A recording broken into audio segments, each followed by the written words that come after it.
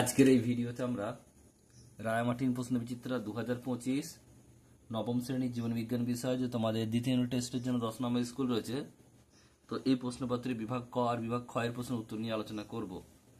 একের দাগের একটা শ্বাসে উৎপন্ন প্রথম স্থায়ী যৌগগুলি সমাপ্ত করো। পিজিএ। শর্করা ভঙ্গকারী উৎসেচক নয় এমন উৎসেচকটি নির্বাচন করো। লাইপেজ।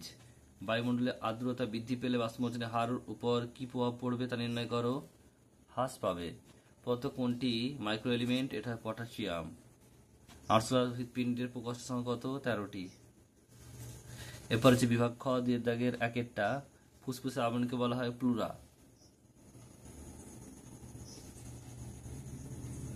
ক্রেবস চক্রটি ড্যাশ নামক কোষীয় অঙ্গনেতে ঘটে। মাইটোকন্ড্রিয়া। বলছে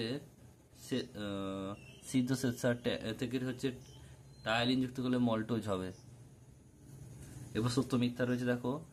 গবলেট কোষ মিউকাস ক্ষরণ করে, ঠিক। চর্মন হলো যান্ত্রিক পরিপাকের প্রথম পর্যায়, ঠিক। রুই মাছের শাসঙ্গের নাম ফুসফুস, এটা ভুল। এরপর হচ্ছে ক্লোরোফিলের রাসায়নিক সংকেত, এটা হবে কি C55 H72 O5 N4 Mg। Next হচ্ছে দেখো কোন শ্বেত রক্তকণিকা হেপারিন নিঃসরণ করে? এটা হচ্ছে বেসোফিল।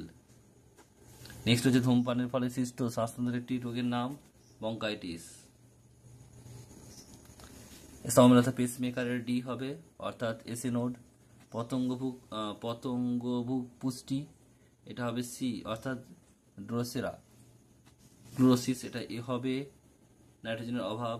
আর হিল বিকারক, এটা বি হবে NADP।